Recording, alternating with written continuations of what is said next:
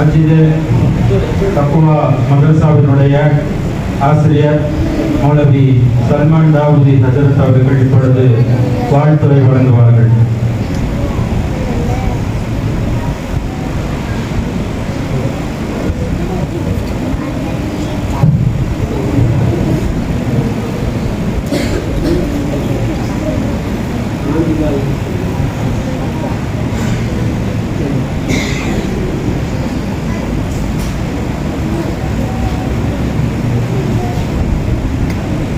Assalamualaikum warahmatullahi ta'ala wabarakatuh.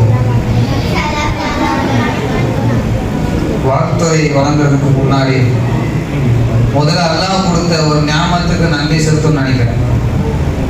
ஓதி முடிச்சுட்டு ஒரு 4-5 மாசத்துக்கு அடுத்தது எனக்கு இந்த பள்ளியில் துணை இமாமாகவும் அதே போல் ஆசிரியராகவும் பணி இருந்ததுக்கு என்னை தேர்ந்தெடுத்ததுக்கு அல்லாஹ்வுக்கும் இந்த நிர்வாகத்துக்கு நன்றி கூறி எனது உரையை ஆரம்பம் செய்கிறேன். நஹ்மதுஹு வ நுஸல்லி அலா ரசூலிஹில் கரீம். அம்மா பஅத். ஃபகத் क़ால அல்லாஹு தஆலா ஃபில் குர்ஆனில் கரீம் வ ஃபில் குர்ஆனில் மஜீத். قال أعوذ بالله من الشيطان الرجيم بفضل بسم الله الرحمن الرحيم. وَإِذْ قُلْنَا لِلْمَلَائِكَةِ اسْجُدُوا لِآدَمَ فَسَجَدُوا. صدق الله العلي العظيم. وقال نبينا صلى الله عليه وسلم إن من أشراط الساعة أن يرفع العلم ويكثر الجهل أو كما قال عليه الصلاة والسلام. புகழும் புகழ்ச்சியும் இன்னும் புகழ்வதற்கே உரித்தாக இருக்கக்கூடிய அல்லாஹ்வுக்கே எல்லா புகழும் உண்டாகட்டுமாக. எம்பெருமானார் ரசூலே கரீம் ஸல்லல்லாஹு அலைஹி வஸல்லம் அவர்களின் மீதும் அவர்களின் நடிச்சுவற்றை சற்றும் மடிப்பிரலாமல் அப்படியே பின்பற்றி வாழ்ந்து மறைந்த உத்தம சத்திய சஹாபாக்கள், தாபிஈன்கள், தபா தாபிஈன்கள், சுஹதாக்கள், சாலிஹீன்கள், நாதாக்கள், நல்லவர்கள், குறிப்பாக இந்த ஆண்டு விழாவில் ஒன்று கூடியிருக்கும் நம் அனைவர்களின் மீதும் இன்னும் இந்த ஆண்டு விழாவிற்கு தாமதமாக வரவிருக்கும் அனைவர்களின் மீதும் அல்லாஹ் தஆலாவினுடைய வற்றால் கருணை என்றென்றும் நின்று நிலவட்டுமாக என்று துஆ செய்தவனாக எனது சிறு உரையை ஆரம்பம் செய்கிறேன். மனிதனுடைய மாண்பு, மனிதனுடைய கண்ணியம், மனிதனுடைய உயர்வு, இது அத்தனையுமே கல்வியில் தான் இருக்கிறது என்பதை அல்லாஹ் தஆலா தெள்ளத் தெளிவாக கூறியிருக்கிறார். ஆதம் அலைஹிஸ்ஸலாம் அவர்களை படைக்கும் போது மலக்குமார்கள் எல்லாம் இப்படி சொல்லுவார்கள், உன்னை வணங்க நாங்கள் இருக்கிறோம், மனிதர்கள் எல்லாம் நீ படைக்க வேண்டாம் என்பதாக சொல்லுவார். ஆனால் அல்லாஹ் தஆலா ஆதம் அலைஹிஸ்ஸலாம் அவர்களை படைத்து அவர்களுக்கு கல்வி என்னும் நாணயத்தை கொடுத்ததின் காரணமாக அல்லாஹ் தஆலா திருக்குர்ஆனிலே இப்படி கூறுவான், வஇது குல்னா லில் மலாயிகத்தி இஸ்ஜுது லிஆதம ஃபஸஜது. எந்த மலக்குமார்கள் ஆதம் அலைஹிஸ்ஸலாம் அவர்களை படைக்க வேண்டாம் என்று சொன்னார்களோ அந்த மலக்கை பார்த்து அல்லாஹ் தஆலா சொல்லுவான், ஆதம் அலைஹிஸ்ஸலாம் அவர்களுக்கு நீங்கள் சிரம்பணியுங்கள், நீங்கள் அவருக்கு சஜதா செய்யுங்கள் என்பதாக அல்லாஹ் கூறுவான்.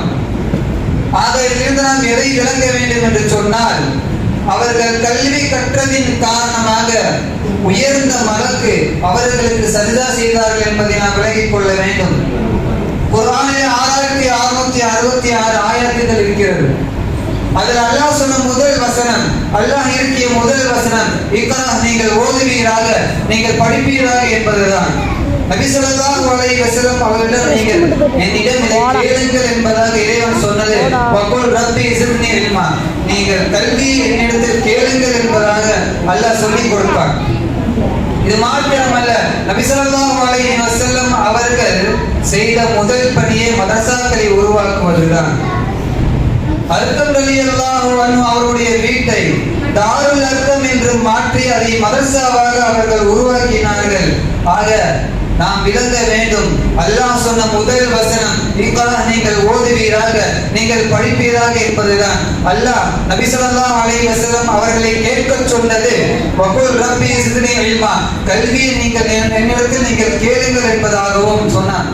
அது மாத்திரமல்ல, நபி ஸல்லல்லாஹு அலைஹி வஸல்லம் அவர்களும் முதல் பணியாக மதரசாக்களை தான் அவர்கள் உருவாக்கினார்கள். இமாம் கஸாலி ரஹ்மத்துல்லாஹி அலைஹி அவர்கள் மின்ஹாஜுல் ஆபிதீன் என்கின்ற அரபி கிதாபில் ஒரு கேள்வி எழுப்பி அதுக்கு பதில் அவங்களே சொல்லுவாங்க. என்ன கேள்வினா, வணக்கம் சிறந்ததா அல்லது கல்வி சிறந்ததா?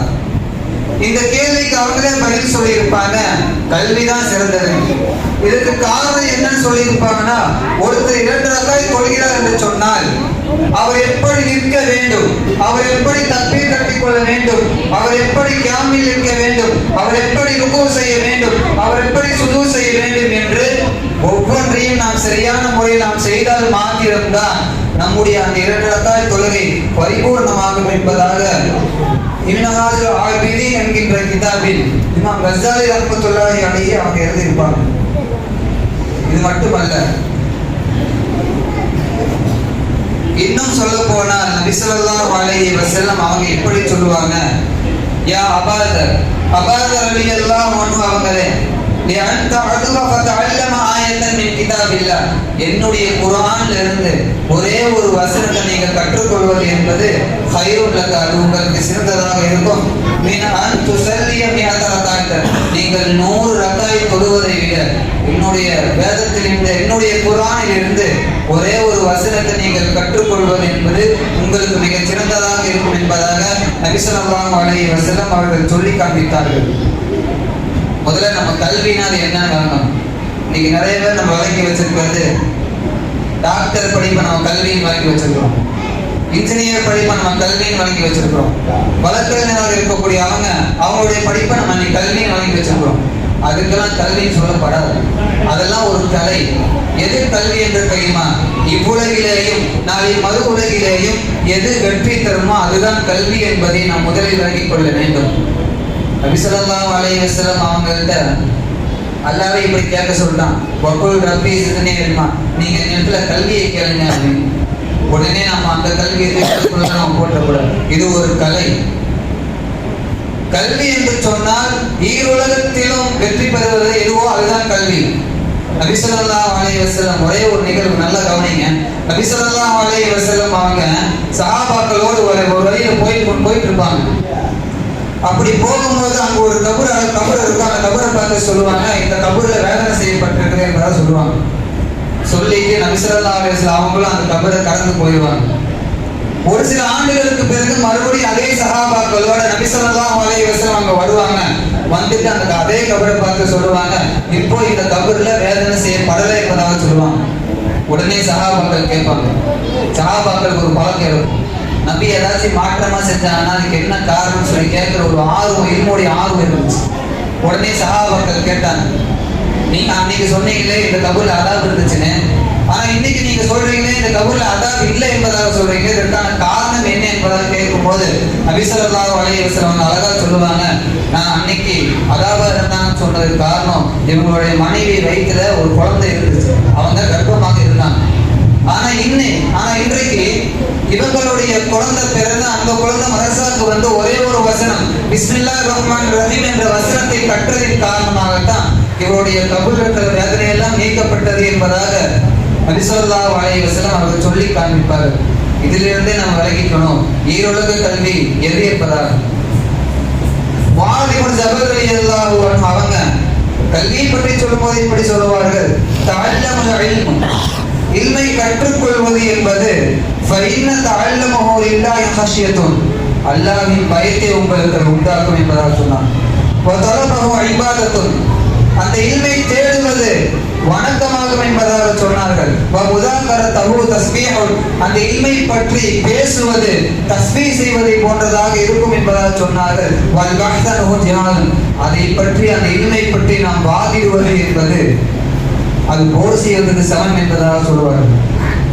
வ தஅலீமுஹு லிமன் லா யஅலமுஹு ஸதகத்துன், ஒருவர் கல்வி அறிவு இல்லாமல் நம்மிடம் வந்து அவர் ஒரு கல்வியை கற்றார்கள் என்று சொன்னால் நாம் செய்யும் ஒரு தர்மம் என்பதாக முஆத் இப்னு ஜபல் ரலியல்லாஹு அன்ஹு அவர்கள் சொல்லி இருக்கிறார் என்று சொன்னால், கல்விக்காக நாம் எந்த முயற்சி செய்தாலும், ஒரு மதரசாவிற்காக நாம் பணம் கட்டினாலும், அல்லது ஒரே ஒரு மாணவருக்காக வேண்டிய நாம் உணவுக்காக வேண்டி நாம் செலவழித்தாலும், இப்படி கல்விக்காக நாம் எந்த முயற்சி எடுத்தாலும் அத்தனை முயற்சியிலும் ஒரு வெற்றி இருக்கிறது என்பதை நாம் விளங்கிக் கொள்ள வேண்டும்.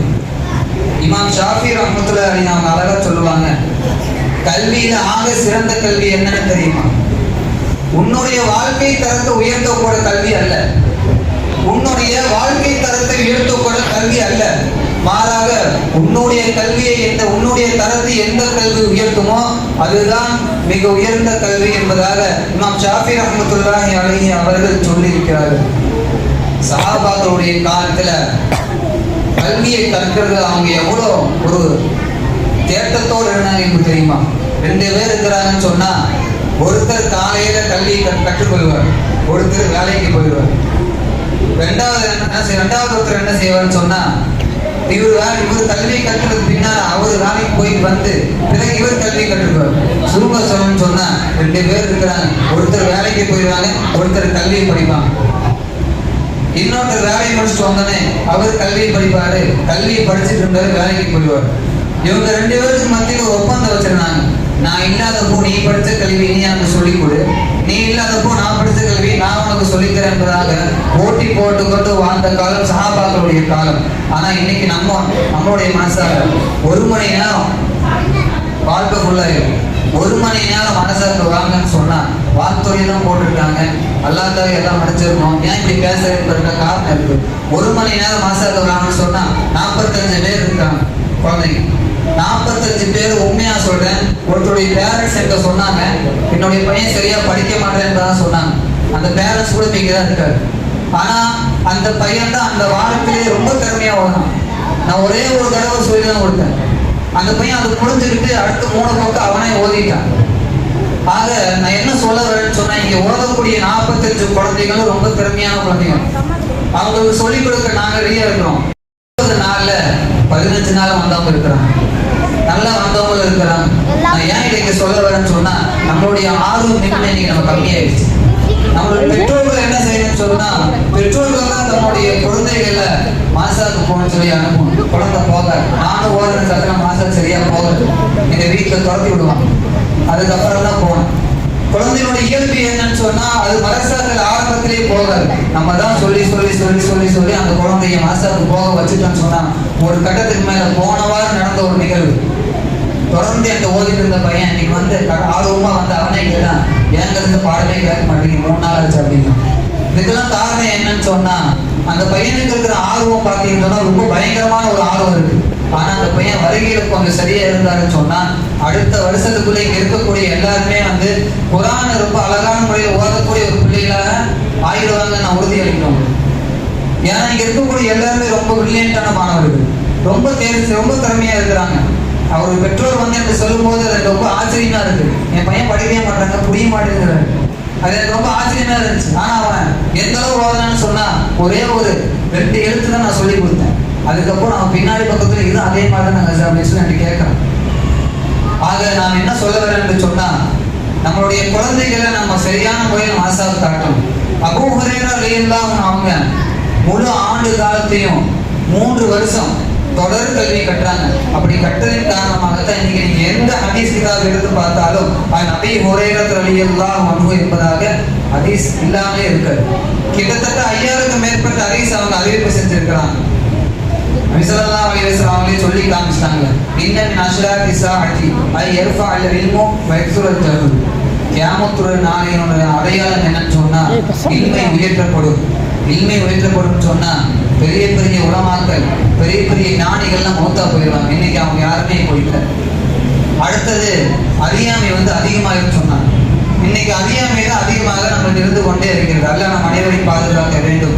ஆனால் ஒவ்வொரு பெற்றோருக்கும் ஒரு 5 கடமை இருக்கு. இதோட நான் உரையை முடிச்சுக்கிறேன். ஒவ்வொரு பெற்றோருக்கும் ஒரு 5 கடமை இருக்கு. அது நம்ம அரசாக கொண்டு வந்துதான் சொல்லிக் கொடுக்கணும்னு தேவையில்லை, வீட்டில இருந்தாலும் சொல்லிக் கொடுக்கலாம். ஆனா காலச்சூழல் நீங்க மதரசாவுக்கு அனுப்புனா மாத்திரம்னா அந்த குழந்தை அந்த 5 விஷயத்தை கற்றுக்கொள்ளும். முதலாவது அர்கானுல் இஸ்லாம், இஸ்லாத்தினுடைய முக்கியமான கடமைகள்.